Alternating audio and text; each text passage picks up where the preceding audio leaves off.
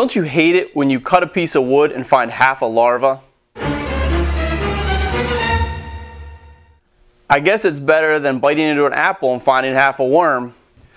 These pieces were going to be the back rails for the chest, but they're full of holes from larva activity. So these pieces will be going outside away from the rest of my lumber, and I'll just have to cut some new back rails. I've got a little bit of leftover walnut still, so I'll go ahead and cut some new rails and keep moving on. Here's a close-up of the board. After I cut it open, I saw all these little holes that are telltale signs of that larva activity.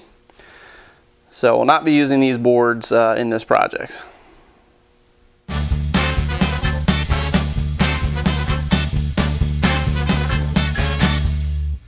So now that joinery is all complete and the pieces are all cut to size and dimension, I'm going to go ahead and pre-finish the panels.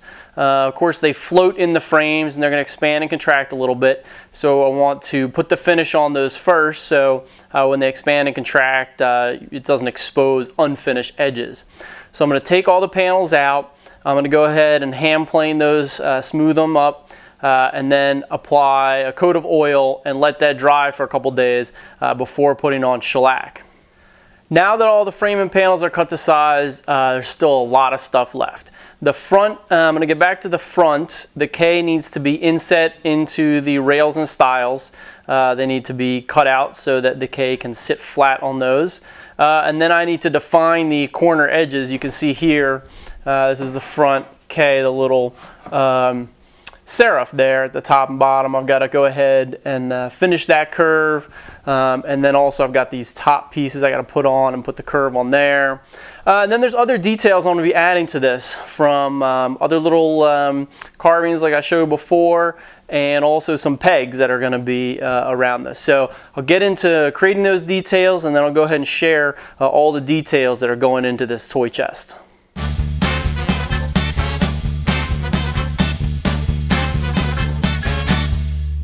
The shop is currently a disaster, pretty much a mess everywhere, which means I must be making some progress. So let's take a look around. Here are the cherry panels with one coat of oil on them, all laid out here, drying. This was done about a day ago.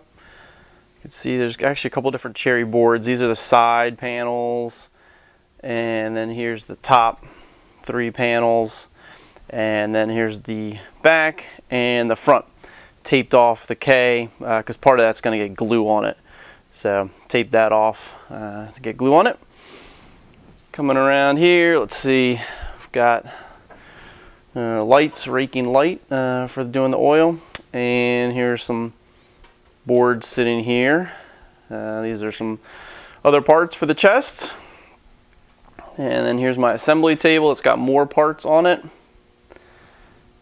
And full-scale template sitting on, little planing stop here, planing stop here at the end. That was for doing the panels.